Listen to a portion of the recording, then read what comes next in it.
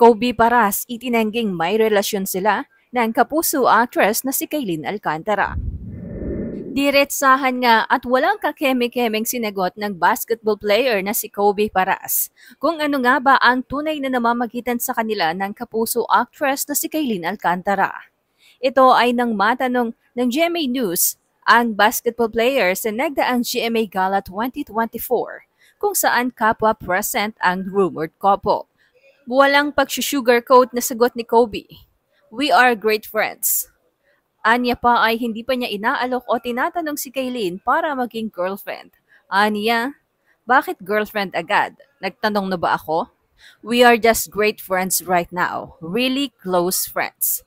Giit pa ng basketball player kasabay ng pagkumpirma na dumalo si Kaylin sa opening ng kanyang bagong tattoo studio. Matatandaan kasing May this year lamang nang magsimula ang chismis na mayroong namamagitan sa kanilang dalawa matapos mapansin ng mga netizens na nag-dinner sila ng magkasama sa isang sosyal na restaurant sa Makati.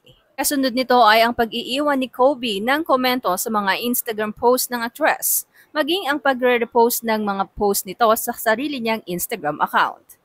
Nag-viral din ang dalawa matapos maispatan ang mga ito na holding hands while walking papunta sa parking lot sa BGC. At ang recent trending nga patungkol sa kanilang dalawa ay nang magkasama silang dumalo sa first birthday party ng anak ni Keiko Nakajima. Maaalala naman sa isang interview, nauna nang tinanong si Kaylin patungkol sa kumakalat nilang relasyon ni Kobe. Ang sagot niya, "Oh, I don't know actually." Anya pa, "Yes, I am single.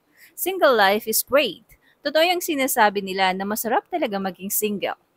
Matatandaan namang ang huling nakarelasyon ni Kobe ay ang anak ni Ina Raimundo na si Erica Poturnak. Mantalang si Kaylin Alcantara naman ay nalink sa kanyang dating on-screen partner na si Mavi Legaspi na binansagan pa ngang Mavlin Love Team.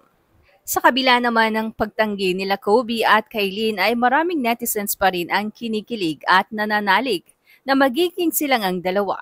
Ayon sa mga ito kasi ay bagay na bagay raw sina Kaylin at Kobe. Botong-boto pa nga ang mga netizens kay Kobe Paras para kay Kaylin dahil nila deserve ni Kaylin ang kagaya ni Kobe na isang matured at hindi mamas boy na lalaki. Komento pa nga ng ilan, bagay na bagay at upgraded pa nga umano ngayon si Kaylin. Nice at mas gwapo. Gwapo si Kobe at hindi nanghingialam yung ina sa love life niya. Perfect! From mama's boy to bad boy. Go Kaylin! Mas gwapo, mas matangkad at mas lalaking lalaki ang ipinalit ni Kaylin. Bagay na bagay sila. Maganda si Kaylin at gwapo naman si Kobe. Sana, together for life na kayo. Pansin naman ng isang netizen ay kitang-kita raw ang excitement sa mga mata ni Kobe kapag tinitingnan nito si Kaylin. You can see the excitement in Kobe's eyes. Ang gwapo ni Kobe, super manly ang dating. You deserve to be happy, Kaylin.